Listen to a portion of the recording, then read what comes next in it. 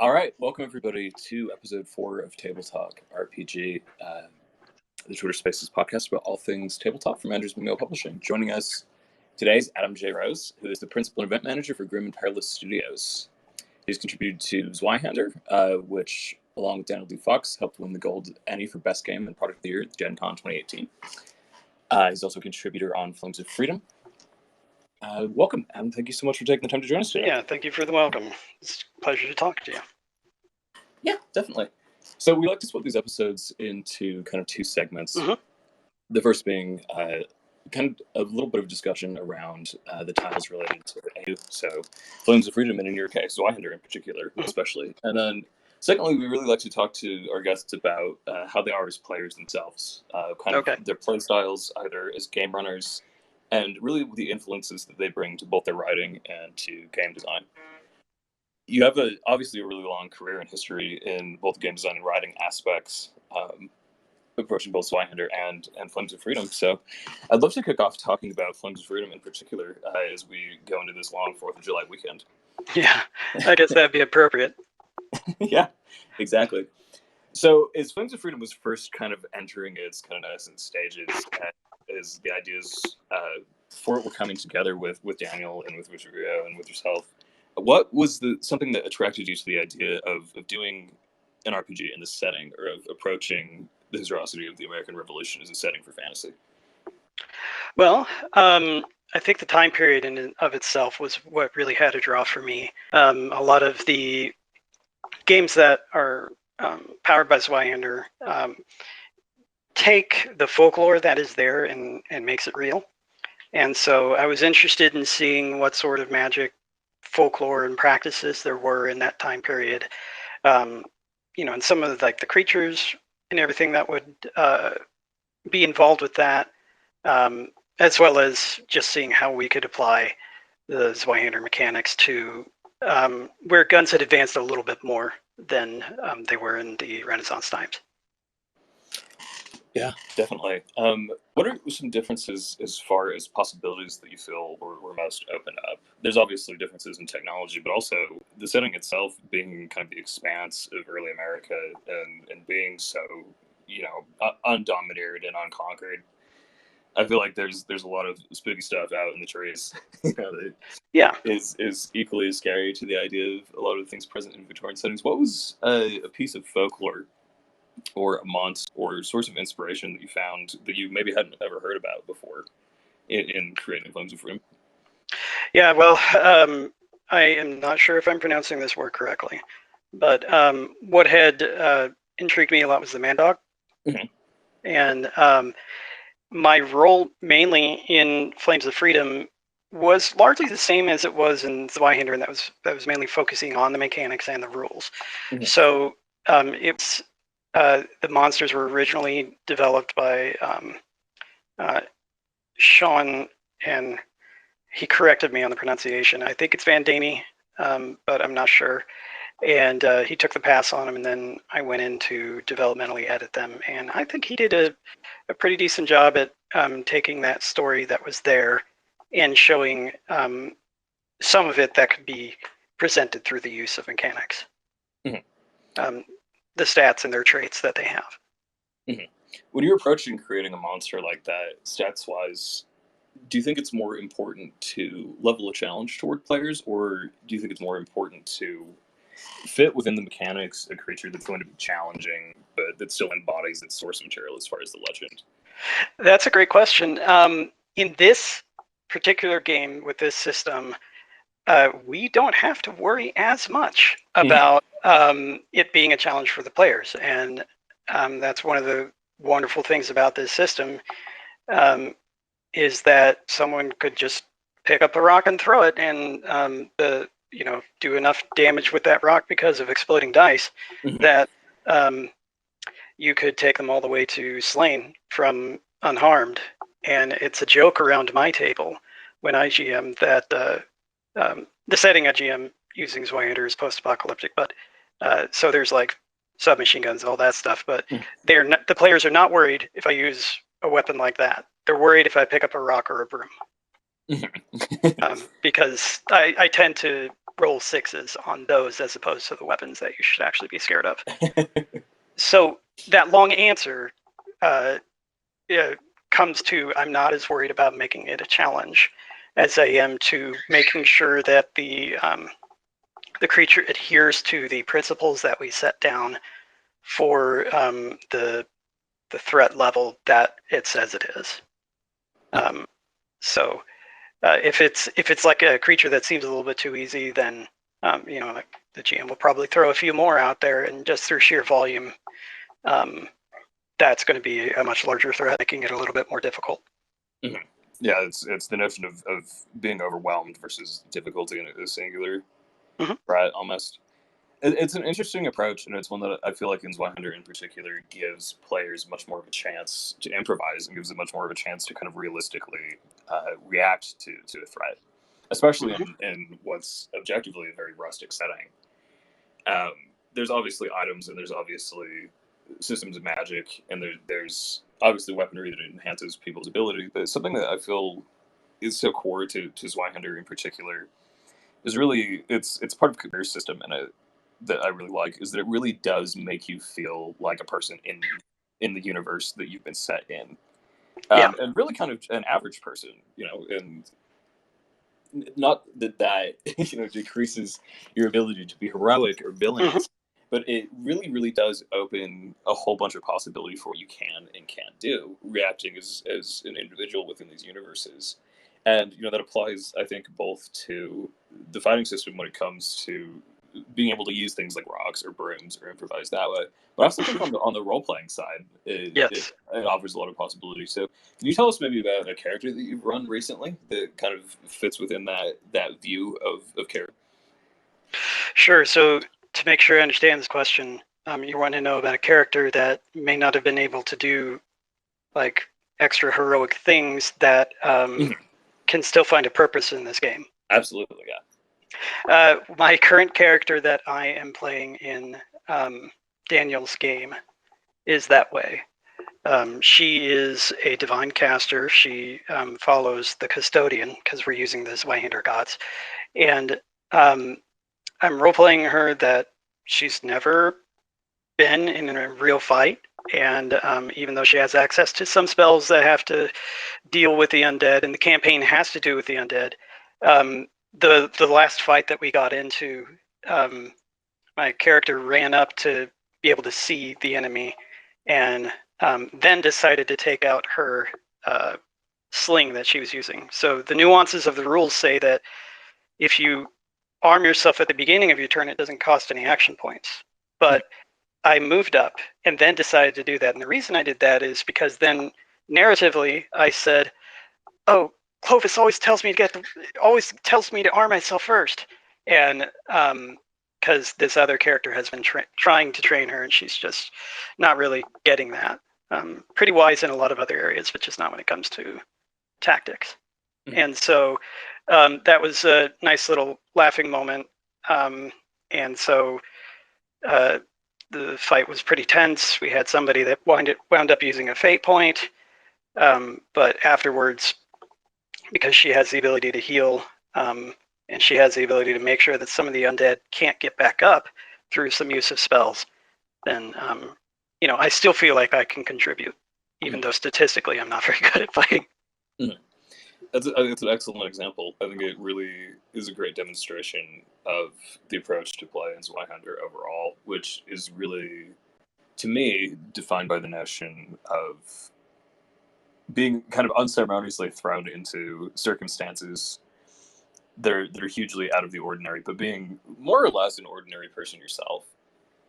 You may have special abilities, or you may have access to things that others don't. But there's also, in the case of Flames of Freedom in particular, you can start off as a blacksmith. You can start off as anyone who would occupy any of the worlds that you're creating, be it post-apocalyptic, be it the world of 1776 America, and really, really finding not only from a role play angle, ways that you can contribute as an average person, or as somebody thrust into these circumstances, but it also, I think, forces you to be a little bit more creative in some ways. Having been I think both of us, and I think most of the people listening in, having kind of played a variety of games, looking at traditional tabletop setup, you kind of get set up in your hero arc, and then you're kind of locked into it, until the end of time. You from level one, whatever system you're playing, you kind of overall historically role playing has kind of railroaded you into being the hero. You find the chest at the end that's full of gold, and maybe you get a magic item.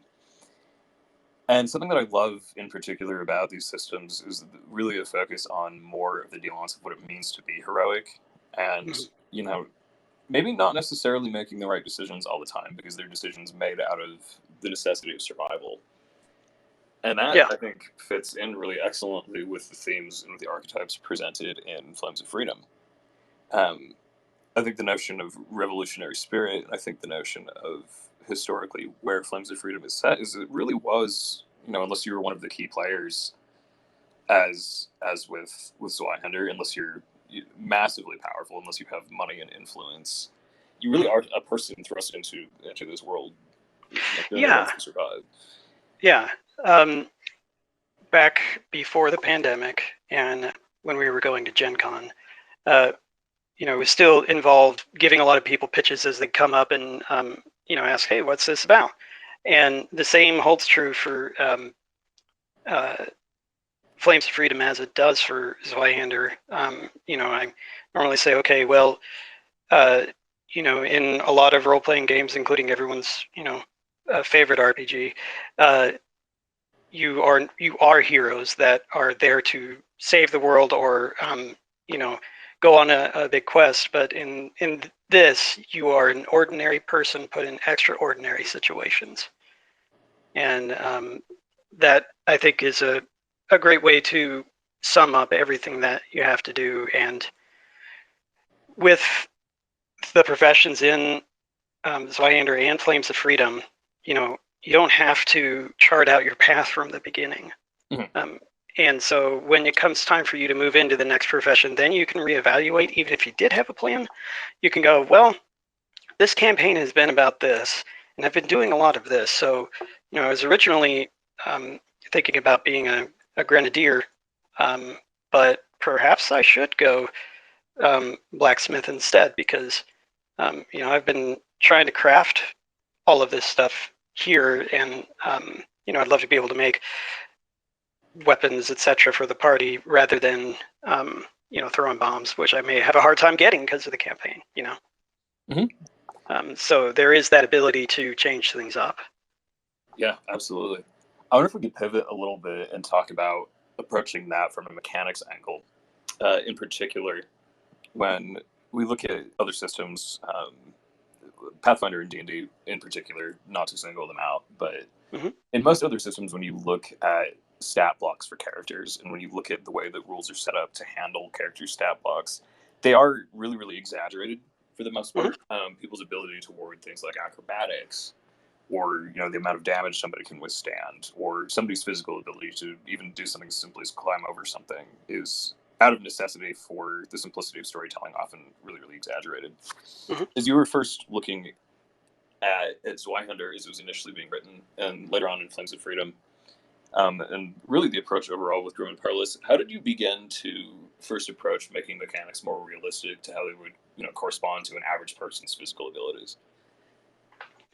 Well, we did have another system to look at, because Zweihander started as a retro clone of Warhammer Fantasy Roleplay. So with that being said, we took a look at some of the things that we gleaned from our experience, and utilized some of the maths behind that. And so there were two really big takeaways from that. One was having a little bit higher statistics, even like just by about 10%, can still make it to where you're a relatively ordinary person who's not heroic at these things, like a strength on a scale from 0 to 100. If you're going from 35 to 45, that's not like Arnold Schwarzenegger. That's nothing like that. So raising it a little bit would increase the overall averages of success, while still posing plenty of challenge. And then, another change that we decided to do is if you didn't have any skill ranks, or in other words, if you weren't trained in something, you wouldn't be penalized by half of that, because what we came from was being penalized where if you weren't even trained in your skill, you get half of your attribute. So that's some of the biggest and starting points that we had come with that in basing everything. So a lot of other decisions that were made is to make sure that the math works to a point to where there's never any reason to not roll the dice. If you ever are like, well, I shouldn't even roll because I know I'm going to fail, or I shouldn't even roll because I know I'm going to kill this creature, then it's probably not where we wanted to end up. And so I'm sure there are edge cases you can find. I'm sure someone out there is listening and going, but what about this? But by and large, for the majority of cases, that's the design principle. It's an interesting balance to strike, I think, looking at system design in particular when it comes to, for lack of a better word, balancing realism with the ability to tell a compelling story. I think Zweihander does it really, really well as a system. I think the ability to compensate for certain things without losing realism is something that's difficult to kind of strike. And as part of that, I wanted to, as somebody so heavily involved in system design and in mechanics design, how much do you as an individual enjoy doing math? Like as you were like numerically handling a lot of this, like growing up, were you hugely into math? I find in talking to game designers in particular, it seems really, really 50-50. Okay.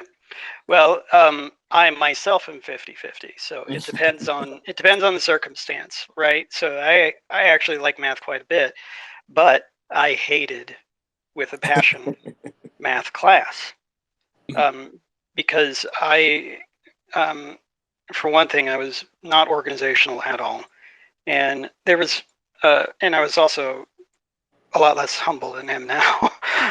There was a math teacher in my high school that was like, hey, this portfolio is 25% of your grade. And I told them, okay, I'm getting a C. And they're like, what? And I said, I'm not going to do the portfolio because I didn't really like the busy work of writing everything down. I'm old enough that everything was still written down in pencil and pen. So, from the perspective of an adult and not some stupid teenager that I was, I wish I would have done differently. But math itself, I think, is pretty awesome, particularly when you're struggling with an issue and you finally get it to work. And you go through and you test them and you're like, okay, in this case, in the worst case it works, in the best case it works. So I was very conflicted when it came to the subject of math. It's definitely present across really, really game design, but Zweihander in particular handles dice rolls in such an interesting way, and handles averages and percentages in such an interesting way that I can definitely tell that there was a lot of thought behind it mathematically. So much of that is understandably done out of necessity for striving for balance with percentages and for making experiences feel really, truly randomized. Outside of the math part of that, how would you in particular define balance in a game system, or what do you strive for when you think of a system that's balanced for both players and for GMs? Yeah, that's great. Where I find the best possible balance is consistency.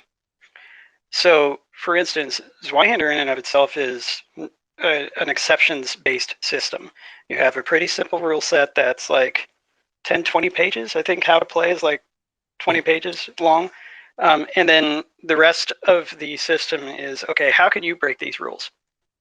And so knowing that, as long as those rule breaks are consistent, meaning, if somebody has the ability to reroll stealth and another person has the ability to reroll guile, as long as there's not something inherently more different than that, then those are balanced. because it's just two different skills. But if it's like somebody can add plus 10% to all guile skills, and another person can only add 10% to guile skills when they're trying to when they're trying to lie to somebody, or like a specific situation, then maybe that's not fair, and maybe you should up that to 20%, because this person gets that bonus in everything, whereas another person only gets it in specific scenarios. So a lot of comparing it to what you already have and going, okay, if I was playing this and someone else was playing that, would it be fair? How do you see the influence of people kind of vary on this in particular as a point kind of across tabletop gaming when it comes to the idea of challenge and balance? And there's definitely the camp of just making it as hard as physically possible, so players are challenged, and then there's the camp of really, really focusing more on narrative and focusing on collaborative storytelling. And I personally think that, my play style, at least when I'm running games, kind of tends toward the middle. I think that striking kind of an equivalence between making sure everybody's having fun and that the story is, everybody gets their cool moments. The story being told is compelling, but it's also, it's not easy. There's consequences to choices. Yeah. Anything that they're going up against is either a puzzle, a monster, whatever it might be, has a challenge amount to it. Zweihander in particular is, overall a pretty unforgiving system in many ways. It's grim and perilous. It's definitely a system that pushes and it encourages people to think non-traditionally, and definitely focuses on collaboration for survival, completely out of necessity. Can you speak a little bit to where exactly you think Zweihander in the system kind of falls on that scale between challenge and story, and kind of where you personally play? Okay, I'm sorry, could you say that one more time for me? Yeah, absolutely. When you think about Zweihander as a system, do you think it's more geared toward challenge or narrative? And how, in particular, do you, winning a game, try to strike a little bit of a balance between that notion of telling a story together versus making it difficult? I think out of all of the games I've ever played, if I had to place Zweihander amongst them, I would say it leans a little bit more on challenge or lack thereof versus narrative, but that's because I've really played a lot of very narrative games. So if I were to present this to someone that, because I actually have a lot of friends who play Pathfinder and almost nothing but, and I had them play Zweihander, I would say this is a lot more narrative in its approaches.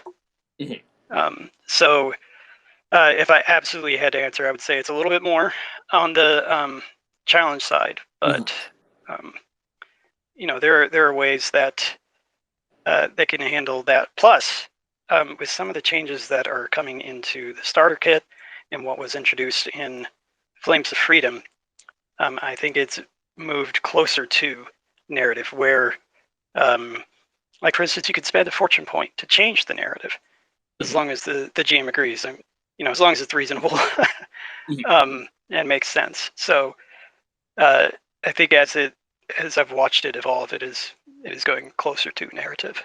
We talked about a little bit earlier the way that it handles the notion of increasing possibility, and really allowing both players, or really allowing players in particular, to adapt to circumstances and to use anything that they encounter very realistically, the way that they would encounter any of these situations as a person in reality. I have a bird. Sorry if that's coming through the audio. No worries at all. What's your bird's name? His name is Calico. That's fantastic. How long have you had him? Oh, I've had him for about 6 years because he's my wife's bird. She's had him for about 14 now. Oh, wow. 13? Yeah. He's getting up there. He's a cockatiel. Oh, wow. Well, tell him hello from everybody. That is, I'm never going to complain about hearing a bird. Yeah, I am in my office, and my day job calls are a little bit more serious. So I am used to always explaining whenever I hear my bird make noises. Yeah, no worries at all. Thank you for joining us for a lot more of a fun call. Yeah. to get back to our previous question, something that in particular we talked about earlier is Zweihander's ability to open up possibilities for players. Yes. And for adaptability and kind of realistic response, especially when it comes to the starter kit coming soon. And further on down the road as we look toward Eternal Light of Lockwood, you mentioned that there are some changes coming that on the GM side or on the game runner side work a little bit more narratively well. Without spoiling too much, can you think about this? Right. The biggest one that I can think of immediately is the ability to use fortune points to change the system narratively. Back before Flames of Freedom, we had it to where fortune points, players would use them, and then they would go to the GM would use them, and they would disappear. But now it is more of a push and pull mechanic where when the GM uses them, they go back to the player.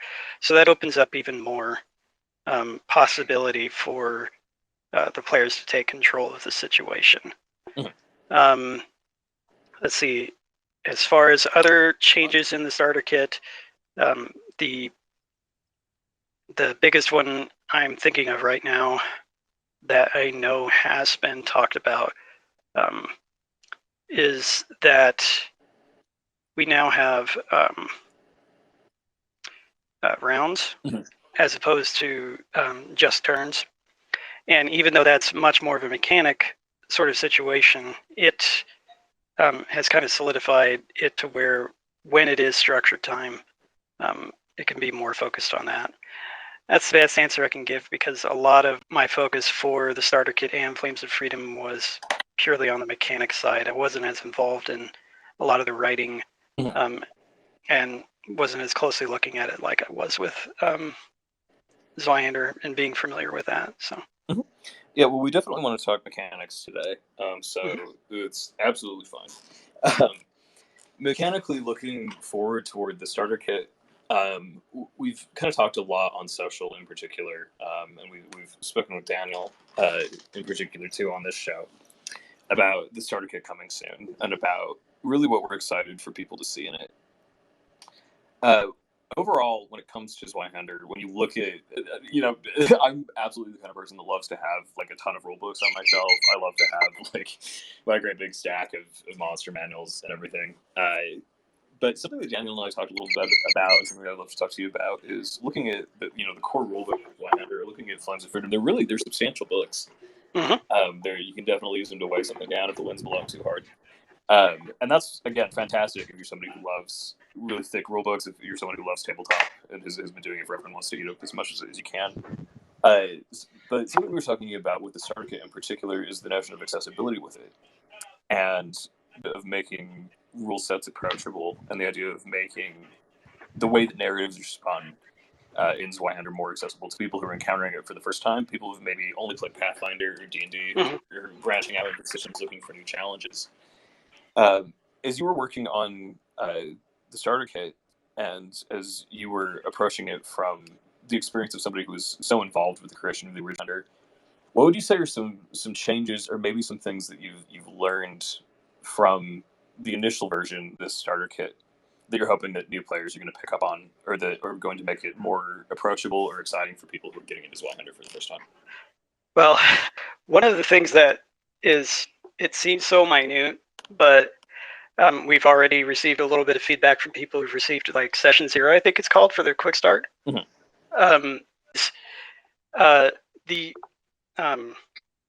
you're done creating a character in the revised core rulebook, you're told, okay, you have 1,000 reward points to spend, and you have to spend 100 of those on your professional trait. And then you can spend the rest of the 900 on whatever advances you want to buy. And over the years, we've had a lot of questions over those. If with the experience of knowing that's what it is, I kind of like being able to buy what advances I want up front. But the decision was made to go, hey, why don't you just say, fill in your professional trait, fill in your skills, and go from there.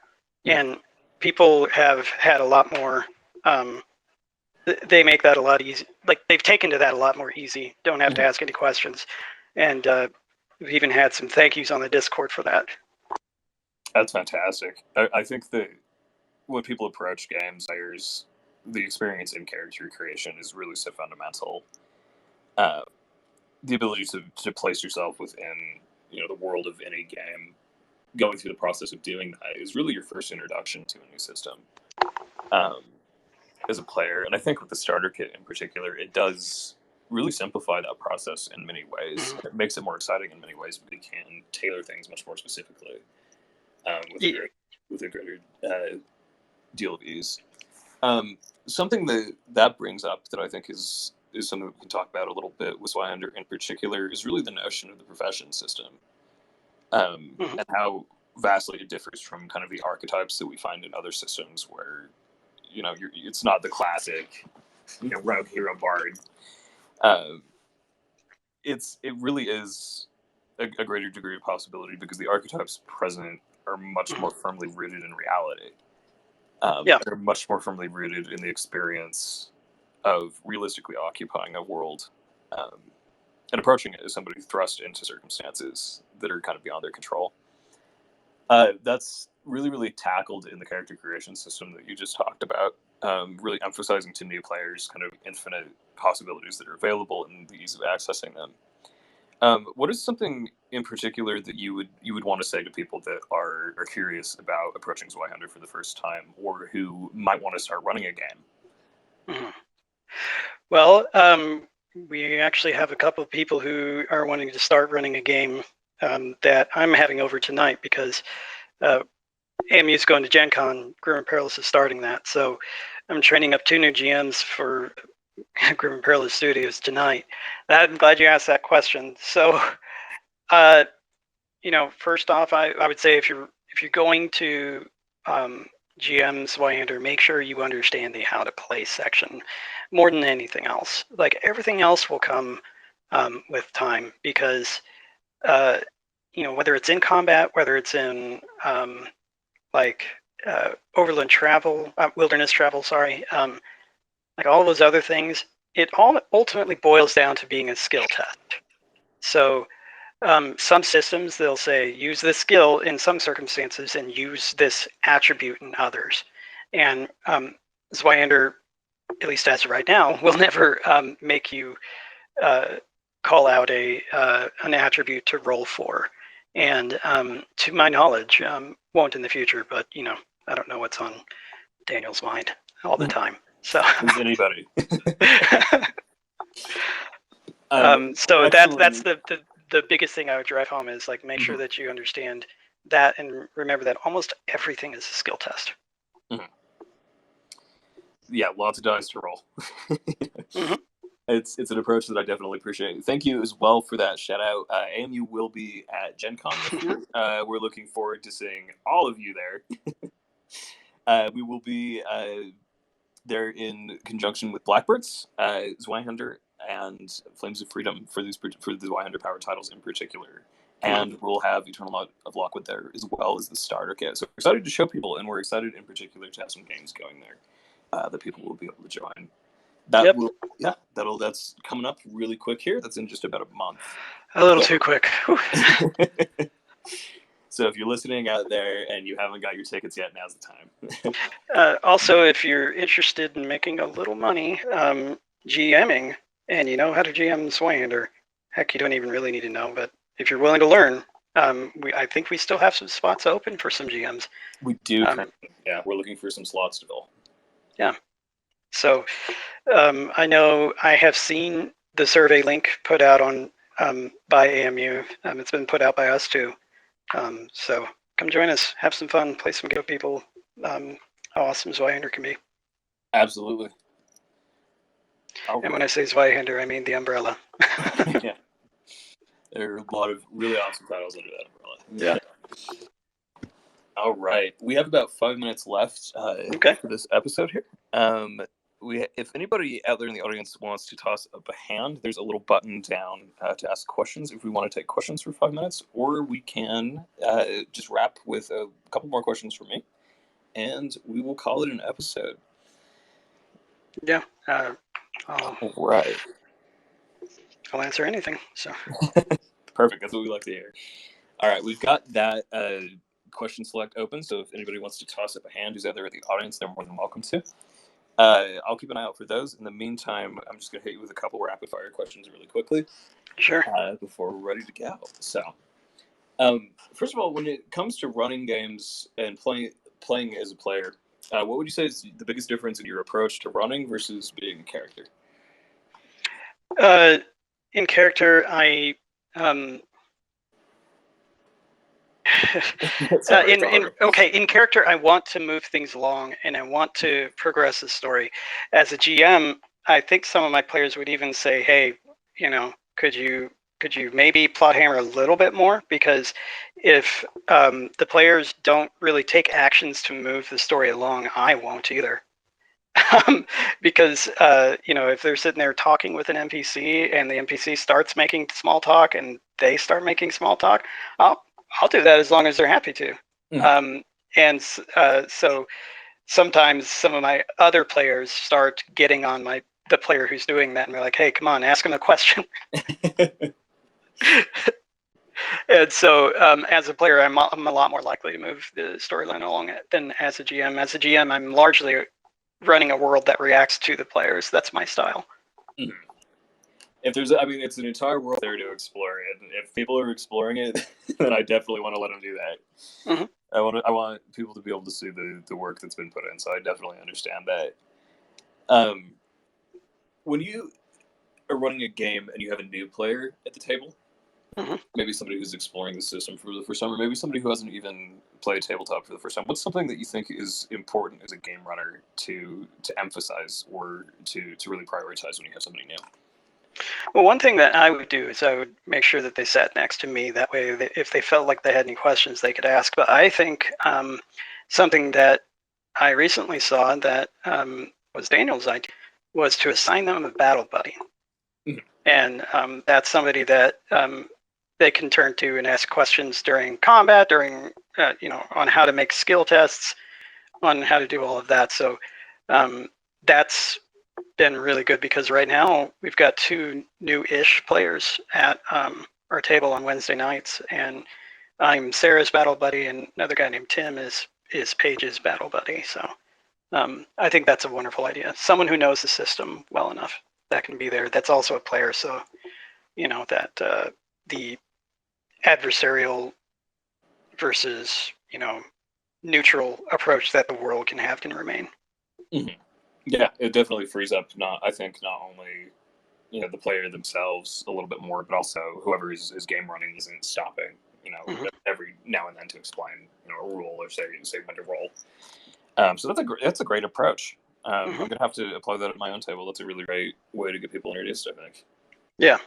Yeah. Well, all right, Adam. One last question for you before we sign off for this episode. What are your RPG plans for this week? What are you excited about? This week, I am excited because tonight is a Radiator RPG night, and that's Perilous Studios is creating a post-apocalyptic supplement that's going to be released on Drive-Thru RPG. It uses some of the Zweihander rules, and so this is a development night for us. And this weekend we're playing Heart, the City Beneath, and that one is a lot more narrative than Zweihander, and I have been having so much fun being a person who has bees inside of them and can do all sorts of things with those bees. And then Sunday, Grim Pro Studios is working on a board game. And then I think the next role-playing game I'm going to play is Zweihander at Dance Table. I'm just so excited to.